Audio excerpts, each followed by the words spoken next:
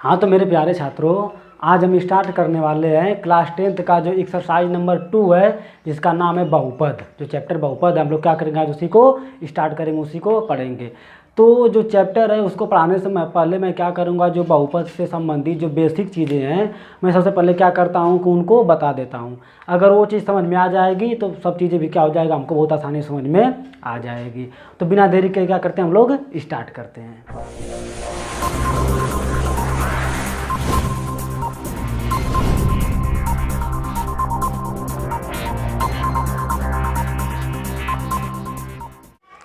तो मेरे प्यारे छात्रों, जैसा कि सबसे पहले हम लोग देख लेते हैं कि बहुपद की परिभाषा क्या होता है, बहुपद होता क्या है वास्तव में। तो बहुपद हम उसको कह सकते हैं कि एक या एक से अधिक चर जो होता है, एक या एक से अधिक जो पद होते हैं उनको हम लोग क्या कहते हैं, बहुपद कहते हैं।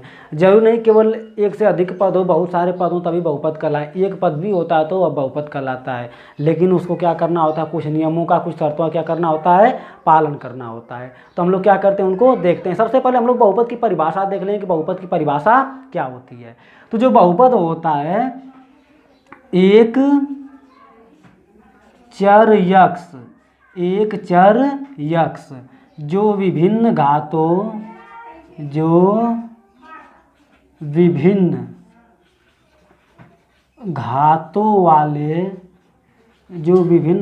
वाले पदों को प्लस चिन्ह के साथ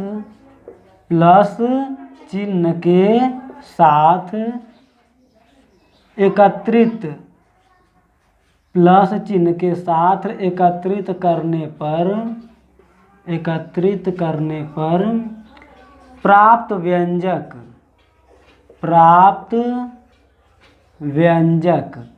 px इज इक्वल टू क्या होता है, a0 और होता है यक्स के power n plus a1 X के power n minus 1 plus a2 X के power n minus 2 plus dot dot dot an तक होता है। n यक्स में एक बहुपद है। तो हमने क्या किया कि एक चर यक्ष विभिन्न घातों वाले पदों में या विभिन्न घातों वाले पदों को प्लस चिन्ह के साथ एकत्रित करने पर प्राप्त व्यंजक चर यक्ष में क्या होता है, एक बहुपद होता है। तो देखिए हम लोग जो परिभाषा है वह निकली कहाँ से, परिभाषा हमारी यहाँ से निकली है। जो चीज़ है परिभाषा यहाँ से निकली है। देखिए यहाँ पर जो यश की घात है विभिन्न घात है, यश घात n है, यहाँ पर यश घात n माइनस 1 है, यश घात n माइनस 2 है, और यहाँ पर यश घात 0 हम समझ लेंगे, 0 कहेंगे तभी वहाँ पर 1 होता है ना, तो यश घात 0 है। तो अलग अलग यक्ष घात है और सभी घात क्या होनी चाहिए, प्लस में होनी चाहिए। यहाँ पर लिखा है प्लस चिन्ह के साथ, सभी घात क्या है, प्लस चिन्ह के साथ एक जगह एकत्रित कर दी जाएंगी, एक जगह क्या कर दी जाएंगी, एकत्रित कर दी जाएंगी, और यही क्या होंगी, यक्ष में एक बहुपद कहलाएंगी। अगर यहाँ पर y होता है तो यहाँ पर हर जगह क्या हो जाएगा, y, तब y में एक बहुपद कहलाएंगी। अगर z होगा तो यहाँ पर क्या हो जाएगा, z हो जाएगा, तो z में क्या कहलाएंगी, एक बहुपद कहलाएंगी। और जो प्रत्येक बहुपद होते हैं, प्रत्येक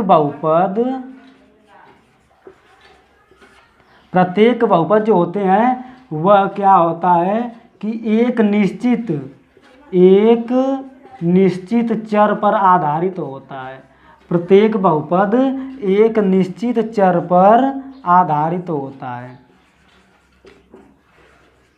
प्रत्येक बहुपद एक निश्चित चर पर क्या होता है, आधारित होता है। तो हमने क्या सीखा कि जो बहुपद होता है उनकी परिभाषा सीख ली, और हमने जाना कि जो प्रत्येक चर होता है, जो प्रत्येक बहुपद होता है वह क्या होता है, एक निश्चित चर पर क्या होता है, आधारित होता है। और एक बात और इसमें ध्यान देने की है, बात वह है कि जो n है वह n क्या है, एक पूर्णांक है। n एक पूर्णांक है, और कैसा पूर्णांक है, धनात्मक पूर्णांक है। कैसा पूर्णांक है, धनात्मक पूर्णांक है। तो मैंने यहाँ पर प्लस का साइन दे दिया, आप लोग समझ सकते हैं, धनात्मक पूर्णांक है। और क्या है, जो यहाँ के a0 a1 A2 यह सब चीज़ क्या है, जो an तक है ये सब चीज़ या तो प्लस में हो सकती हैं और माइनस में भी हो सकती हैं, मतलब प्लस में भी हो सकती हैं और माइनस में भी हो सकती हैं। तो अगर जो भी पद इन सब नियमों का पालन करेगा, इन सब शर्तों का पालन करेगा, वह क्या कहलाएगा, बहुपद कहलाएगा। एक बार फिर से देख लीजिए कि बहुपद क्या है, एक चर यक्स जो विभिन्न घातों वाले पदों को प्लस चिन्ह के साथ एकत्रित करने पर प्राप्त व्यंजक पी एक्स इक्वल टू इतने इतने इतने में यक्स में एक क्या है, बहुपद है। और इसके नियम क्या है, प्रत्येक बहुपद वह एक निश्चित, जो प्रत्येक बहुपद होता है वह एक निश्चित चर पर आधारित होता है, एक निश्चित चर पर आधारित होता है। और जो उसकी घात n है, एक पूर्णांक धनात्मक संख्या है, मतलब एक धनात्मक पूर्णांक है। और यह जो A0 A1 या प्लस में भी हो सकते हैं और माइनस में भी हो सकते हैं। जैसे में अगर मैं यहाँ पर कह दूँ कि यक्स, यहाँ पर कह दूँ कि ऐसे कर दूँ कि 3x square plus 2x plus क्या कर दूँ 3 कर दूँ, यहाँ पर मैं माइनस ही लगा दूँ, चलो -3x कर दिया ना, कुछ भी लगा दिया। तो यह जो यक्स गुणांक है, जो 3 है 2 है, यहाँ पर -3 है, ये सब जो क्या हुआ प्लस और माइनस में हो सकते हैं। लेकिन जो यक्स की घात है वह क्या होगी, हमेशा प्लस में ही होगी, वह माइनस में नहीं होगी। तो वही चीज़ है, जो A0 A1 A2 ये सब चीज़ें वह क्या हो जाएंगे, प्लस और माइनस में हो सकते हैं। लेकिन जो घात है, जो यक्स की घात होगी वह हमेशा क्या होगी, धनात्मक में ही रहेगी। अगर कोई विपद इन सब शर्तों का पालन करता है तो वह क्या होता है, बहुपद में आता है। और जो बहुपद होता है वह दो चीज़ों पर आधारित होता है, जो बहुपद होता है वह दो चीज़ों पर आधारित होता है। जो पहली चीज़ होती है वह क्या होता है, पदों पर आधारित होता है। और जो दूसरा चीज़ होता है वह क्या होता है, घातों पर आधारित होता है। तो चलिए हम उनको देख लेते हैं कि पदों पर कितने प्रकार से कैसे आधारित होते हैं, घातों से कैसे आधारित होते हैं, बाकी कैसे होते हैं, उनको देख लेते हैं। आप लोग इसको उतार सकते हैं, उतार लीजिए। तो मेरे प्यारे छात्रों, जैसा कि मैंने बताया, जो बहुपद होता है वह दो चीज़ों पर आधारित होता है। पहला क्या होता है, पदों पर, और दूसरा क्या होता है, घातों पर। तो हम देख लेते हैं, जो पहली चीज़ होती है वह किस पर आधारित होता है, पदों पर। किस पे, पदों पर आधारित, पदों पर आधारित होता है। और जो दूसरा होता है वह किस पर आधारित होता है, घातों पर आधारित होता है। घातों पर क्या होता है, आधारित होता है। पहला पदों पर आधारित होता है, दूसरा किस पे होता है, घातों पर आधारित होता है। तो जो पदों पर आधारित होता है उसमें क्या होता है, एक पदी, द्विपदी, तीन पदी, चतुर्थ पदी ऐसे होते हैं। और जो घातों पे होते हैं वह क्या होते हैं, एक घाती, द्विघाती, त्रिघाती, चतुर्थ घाती। तो नाम से ही यह क्या हो जा रहा है, क्लियर हो जा रहा है कि ये घाती, एक पदी, ये सब क्या होता है ना। देख लीजिए कि अगर जब पदों पर हम देखेंगे तो जो एक पदी बहुपद होता है वह क्या होता है, इसमें आता है एक पदीय बहुपद। एक पदीय बहुपद इसमें क्या आता है, जैसे एक पद ले लिया, ये 8x स्क्वायर मान लिया हो गया, 4x हो गया, 3x हो गया, x हो गया, 7 हो गया। ये सब क्या है, ये सब एक पदी बहुपद। देखिए इसमें सब जगह एक पद है, ये भी एक पद है, यह भी एक पद, एक पद, एक पद, सबकी एक पद है। घातों से हमको नहीं मतलब है कितनी घात है, 4 घात है, 5 घात, उससे नहीं मतलब, वो पद से मतलब है। अगर एक पद तो एक पदी बहुपद, अगर दो पद तो द्विपदी बहुपद। देख लेते हम लोग यहाँ पर द्विपदी बहुपद को देख लेते हैं। इसी तरह अगर द्विपदी बहुपद को देखा जाए तो उसको देख लीजिए, द्विपदी बहुपद मैंने क्या कर दिया, 8x स्क्वायर प्लस 2 कर दिया, कितने पद हो गए, एक पद, दो पद। मैंने कर दिया 4x प्लस 3 कर दिया, कितने पद हो गए, दो पद। तो ऐसे जो चीज़ें होते हैं, इसमें देखिए दो पद हैं तो यह क्या कहलाएगा, द्विपदीय बहुपद कहलाएगा। एक पद था तो एक पदी बहुपद, दो पद हो जाएंगे तो क्या हो जाएगा, वह द्विपदीय बहुपद। इसी तरह त्रिपदी बहुपद देख लीजिए, क्या हो गया, त्रिपदीय बहुपद। त्रिपदीय बहुपद इसमें तीन पद हो जाएंगे, जैसे 3x square plus 2x plus क्या हो गया, 1 हो गया। ऐसे हो गया 4x square plus 3x plus हो गया 1 हो गया। ये सब चीज़ें क्या है, देखिए तीन पद है, एक पद, दो पद, तीन पद, एक पद, दो पद और तीन पद। तो जो ऐसे बहुपद होंगे उनको क्या कहा जाएगा, त्रिपदी बहुपद कहलाएगा। इसी तरफ चतुर्थपदी बहुपद में कितने पद हो जाएंगे, 4 पद हो जाएंगे। तो एक पदी बहुपद में एक पद, द्विपदी बहुपद में दो पद, त्रिपदी बहुपद में 3 पद और चतुर्थपदी बहुपद में 4 पद। घातें कितनी भी, और हमको घातों से मतलब नहीं है क्योंकि हम पदों के आधार पर इस टाइम पढ़ रहे हैं, तो पदों के आधार मतलब पद हम लोग देखेंगे कि एक पद है कि दो पद है कि तीन पद है कि चतुर्थ पद है, उस हिसाब से क्या हो जाएगा बहुपद का निरूपण होगा, बहुपद को हम लोग क्या करेंगे दर्शाएंगे। अब देख लेते हैं कि घातों के आधार पर कैसे होता है। देख लीजिए अब घातों के आधार पर कैसे होता है। अगर मान लीजिए कि मैंने यहाँ पर लिख दिया x + 1, पद कितने इसमें पद हैं 2, 1 और 2, लेकिन सबसे बड़ी घात कितनी है, सबसे बड़ी घात x की यहाँ पर 1 है, अधिकतम घात x की कितनी है 1 है। तो जब अधिकतम घात इसकी 1 है तो यह क्या कहलाएगा एक पदी बहुपद, एक घातीय बहुपद। क्या कहलाएगा एक घातीय बहुपद, एक घातीय बहुपद। अब देखिए इसी तरह अगर मैंने ले लिया x² + 2x ले लिया +3, इसमें पद कितने हैं, पद हैं 1, 2, 3, लेकिन सबसे बड़ी घात क्या है 2 है, x की सबसे बड़ी घात कितनी है 2 है, तो यह क्या हो जाएगा द्विघातीय बहुपद। मिला जुला के जितनी बड़ी घात रहेगी, जो x की सबसे बड़ी अधिकतम जो घात रहेगी वही उसी के हिसाब से हम लेते हैं। सबसे बड़ी घात कितनी है x की, अधिकतम घात 2 है, तो हो जाएगा द्विघातीय बहुपद। बिल्कुल इसी तरह अगर मान लीजिए हम लोग ले लें 4x घाते 3 + 2 3x का स्क्वायर + 2x + 1 ले लिया जाए, इसमें सबसे बड़ी घात कितनी है x की 3 है। जब 3 है तो हम लोग क्या करेंगे यहाँ पर लेंगे त्रिपदी बहुपद। क्या हो जाएगा यहाँ पर त्रिपदीय बहुपद हो जाएगा। तो ऐसे ही बाकी सब चीज़ें चतुर्पदी बहुपद के बाकी सब क्या हो जाएंगे इस तरफ हम लोग हल कर लेंगे। तो जब घात होता है तो हम लोग घात देखेंगे कि x की सबसे बड़ी घात क्या है, जो x की सबसे बड़ी घात रहेगी उसी के हिसाब से क्या हो जाएगा घातीय बहुपद को दर्शाया जाएगा। यहाँ पर देखिए घातीय बहुपद रहेगा त्रिघातीय बहुपद, क्या हो जाएगा त्रिघातीय बहुपद ना। तो अगर घात के हिसाब से दर्शाएंगे तो जो x की अधिकतम घात रहेगी उतनी घातीय बहुपद कर देंगे, और अगर पदों के हिसाब से दर्शाएंगे तो जितने पद रहेंगे उतने पदीय बहुपद हम लोग क्या कर देंगे वहाँ पर कर देंगे। और एक चीज़ और है, जो बहुपद होता है, जो घात होती है वह घात पूर्णांक होती है, धनात्मक पूर्णांक होती है। पूर्णांक मतलब वहाँ पर पूर्ण संख्या रहेगी। अगर हम लोग मैं यहाँ पर कर दूँ कि 8x² + 3x के घाते 1/2, यह क्या बहुपद है, यह बहुपद नहीं है। क्यों नहीं है, क्योंकि इसकी घात कितनी है आधी है, 1/2 है। यह धनात्मक पूर्णांक नहीं है क्योंकि यहाँ पर आधा है, पूर्ण नहीं है, पूर्ण संख्या है ही नहीं, पूर्ण अंक है ही नहीं, तो इसलिए बहुपद नहीं होगा। अगर मैं कह दूं कि यहाँ पर 3x घाते -2 हो जाए तब क्या यह बहुपद है, नहीं है, क्योंकि माइनस है। और मैंने आप लोगों को पहले ही बता दिया था कि जब भी कितने भी पद रहें, चाहे कितनी भी घात रहे, जब भी ऊपर पूर्णांक नहीं होंगे और जब भी माइनस में संख्याएं आएगी तो वह क्या हो जाएगा बहुपद नहीं हो जाएगा। बहुपद तभी होगा जब घात क्या रहे प्लस में रहे। अगर माइनस में घात होती है तो बहुपद नहीं होता है, या तो पूर्णांक अगर जो उसकी घात अगर पूर्णांक भी नहीं होती है तब भी वो बहुपद नहीं होता है। यश घाते 0 रहेगा तो बहुपद है। अगर मैं कर दूं 8x + 2 घाते 0 तब भी यह बहुपद है, क्योंकि यह अभी पूर्णांक में आता है। जो 0 होता है वह पूर्णांक में आता है, लेकिन 1/2 पूर्णांक में नहीं आता है, करड़ी पूर्णांक में नहीं आती है। ये सब जो चीज़ें पूर्णांक में जो नहीं आते हैं वह क्या हो जाएंगे हमारे, क्या मिल जाएंगे बहुपद नहीं। जो पूर्णांक में रहेंगे वही बहुपद रहेंगे। अगर माइनस में भी आता है घात तो बहुपद नहीं होगा। तो ये तो था हमारा क्या, पदों पर आधारित, घातों पर आधारित। और इसमें एक होता है अचर बहुपद।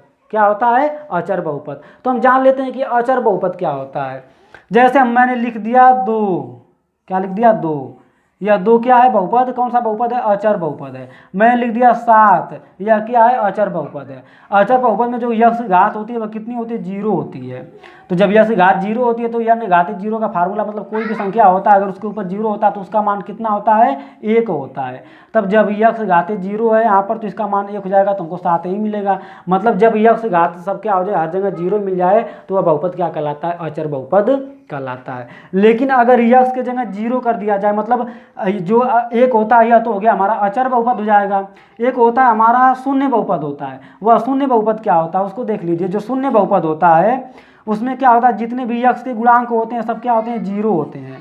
चाहे वह यक्ष स्क्वायर हो, चाहे वह यक्ष घाते 3 हो, उसके जो गुणांक होंगे वह क्या होंगे, 0 होंगे। जब 0 होंगे तो कट के सब क्या हमको मिलेगा, 0 ही मिलेगा। तो जो ऐसे बहुपद मिलते हैं वह क्या होते हैं, शून्य बहुपद कहलाते हैं। तो हमने क्या पढ़ा, पदों के आधार पर बहुपद को देखा और घातों के आधार पर बहुपद को देखा।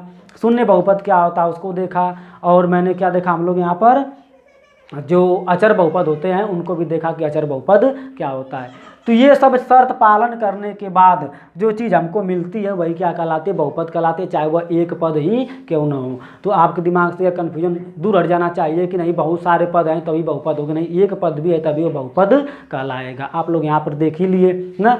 तो ये सब चीज़ें क्या होती है वहाँ पर होता है। तो परिभाषा यहाँ से निकल के आ जाती है कि हम लोग कह देते हैं कि एक या एक से अधिक पद वाले जो व्यंजक होते हैं वो क्या कहलाते हैं, बहुपद कहलाते हैं। और ये सब चीज़ें होंगी, आप लोग इसको उतार सकते हैं। अब इसके बाद हम पढ़ाएंगे आप लोगों को कि शून्य क्या होता है। आपकी किताब में है, उसको तो फिर चर्चा की जाएगी, सवाल को लगाया जाएगा, लेकिन मैं एक नज़र में उसको बता दे रहा हूँ कि शून्य क्या होता है, कैसे उसका मतलब निकलता है ना। तो मेरे प्यारे छात्रों, अब हम जानेंगे शून्य क्या होता है। जो बहुपद में शून्य को होते हैं वह चीज़ होता है क्या, मतलब जो शून्य को होता है उसको कैसे समझेंगे। तो समझ लीजिए, मान लीजिए कि मैंने लिख दिया पी एक्स बराबर यक्स प्लस 1। यह मतलब पदों के हिसाब से दो पद हैं, लेकिन घातों के आधार पर क्या होता है, एक घात है ना, एक घाती है। जो एक घाती होता है उसको हम लोग क्या कहते हैं, रैखिक बहुपद भी कहते हैं। जो एक घाती पद होता है, एक घाती बहुपद होता है, उसको हम लोग रैखिक बहुपद भी कहते हैं। तो देखिए यहाँ पर कितना घात है, एक घात है। जो शून्य को होता है वह घातों पर ही अस्तित्व होता है, जो शून्य को होता है वह घातों पर ही क्या होता है, अस्तित्व होता है। अगर एक घाती बहुपद है तो उसके शून्यक एक निकलेंगे। अगर द्विघाती बहुपद है तो उसके शून्यक दो निकलेंगे। अगर तीन घाती बहुपद है तो उसके शून्यक तीन निकलेंगे। ये हमको कहाँ मिलता है, या ग्राफ में मिलता है। ग्राफ जब पढ़ेंगे तो उसमें हम चीज़ को क्या करेंगे, समझ लेंगे। लेकिन सबसे पहले शून्य को समझते हैं कि शून्य क्या होता है। अगर मान लीजिए कि मैंने पी एक्स बराबर 0 रख दिया तो यहाँ से क्या मिल जाएगा हमको, यक्स प्लस 1 मिल जाएगा। अब यक्स बराबर अगर भेजेंगे तो क्या हो जाएगा, यह 1 इधर आएगा तो मिल जाएगा हमको -1 मिल जाएगा। यानी यक्स का मान क्या आ गया, -1। तो यही जो -1 है, जो यक्स बराबर है, यही जो -1 है, यही क्या कहलाएगा, यही इस पद का शून्य कहलाएगा। मतलब यक्स का शून्य क्या है, -1 है। कैसे है, क्योंकि अगर हम इस -1 को इसमें ले जाकर रखेंगे तो यह पूरा क्या हो जाएगा, 0 हो जाएगा। देखिए अगर मैं क्या कर दूं कि यक्स की जगह यहाँ पर -1 रख दूं तो -1 और +1 कट जाएगा, हमको क्या मिल जाएगा, 0 मिल गया। यानी कि यह 0 कहाँ से आया, इस -1 के कारण आया। तो यक्स का शून्य क्या है, -1 है। और उदाहरण हम ले सकते हैं। देखिए अगर मैं पी एक्स बराबर ले लूँ, यहाँ पर 2x प्लस क्या ले लूँ, 3 ले लूँ, तो इसको मैं अगर यहाँ पर 0 कर दूँ तो बराबर क्या मिल जाएगा हमको, 2x प्लस 3 मिलेगा। अगर मैं 2x बराबर निकालूँ तो 3 इधर आ जाए तो -3 हो जाएगा। अगर x बराबर निकालूँ तो क्या मिल जाएगा हमको, -3/2 मिल जाएगा। यानी x के जो शून्य का है वह क्या है, -3/2 है। अगर इसको हम ले जाकर इसमें रखेंगे तो यह पूरा क्या हो जाएगा, 0 हो जाएगा।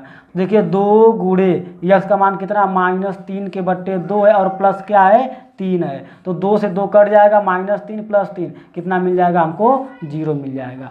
तो यानी अगर हमने देख लिया कि यह जो घात थी, एक घात थी, तो एक घात जब होती है तो वहाँ पर हमको कितने शून्यक मिलते हैं, एक शून्यक मिलते हैं। अगर 2 घात होती है तो वहाँ पर हमको कितने शून्यक मिलते हैं, 2 शून्यक मिलते हैं। और अगर 3 घात होती है, 3 शून्यक, 4 घात होती है तो 4 शून्यक मिलते हैं। तो यह तो हो गया हमारे पास शून्यक। क्या मिल गया हमको, शून्यक मिल गया। तो जब हम शून्य को जान ले कि शून्य क्या होता है, थोड़ा सा यह एक पद वाले मतलब एक घात वाला हमने हल किया तो हमको शून्य मिला, एक शून्य मिल रहा था। अगर 2 घात वाला होता है तो हमको 2 शून्य मिलते हैं। कितने शून्य मिलते हैं, 2 शून्य। हम एक उदाहरण लेकर समझ सकते हैं इसको।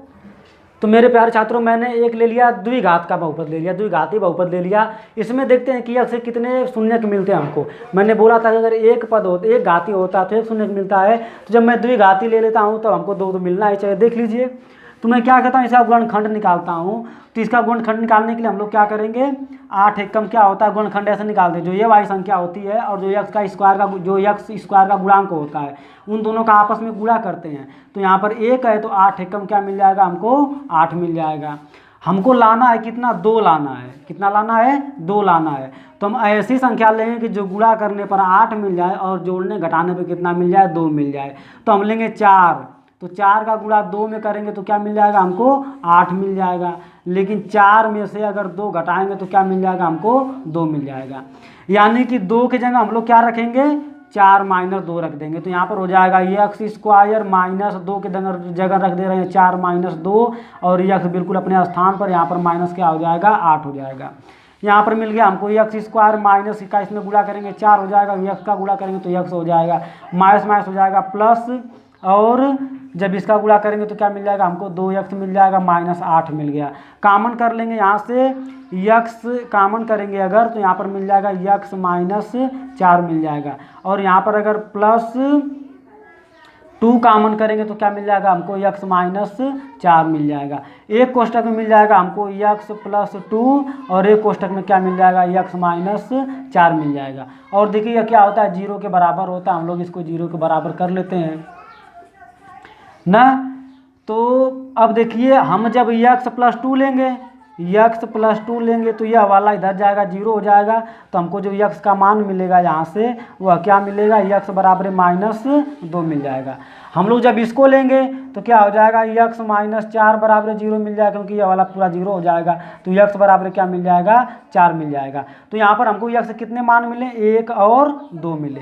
क्यों मिले, क्योंकि यह क्या था, द्विघाती बहुपद था। तो जब द्विघात का बहुपद होता है तो यह से कितने मान मिलते हैं, 2, यानी 2 शून्य के मिलते हैं। इसी तरह अगर 3 घात का होता है तो हमें कितने शून्य के मिलते हैं, 3 शून्य के मिलते हैं। तो ये तो चीज़ था बहुपद का, शून्य का। बाकी सब चीज़ें मैंने क्या किया इस प्रश्नावली मतलब इस वीडियो में आप लोगों को बताया है। अब इसके आगे जो है मैं क्या करूँगा, जो हमारी प्रश्नावली 2.1 है उसको जब बताया जाएगा तो उसमें जो भी ग्राफ आते हैं, ग्राफ कैसे मिलता है, इसके ग्राफ कैसे बनते हैं, ये सब चीज़ें क्या करते हैं कि यह ज्यामिति के रूप में शून्य कैसे काम करता है, सब कुछ चीज़ें क्या कर दी जाएगी उसमें बताई जाएगी और आपको प्रश्नावली बताई जाएगी। तो आज के लिए बस इतना है, क्योंकि वीडियो बहुत ज़्यादा क्या हो जाएगा, वह लंबी हो जाएगी। तो अगर वीडियो मेरा आपको पसंद आता है तो आप लोग शेयर, सब्सक्राइब और लाइक ज़रूर करें।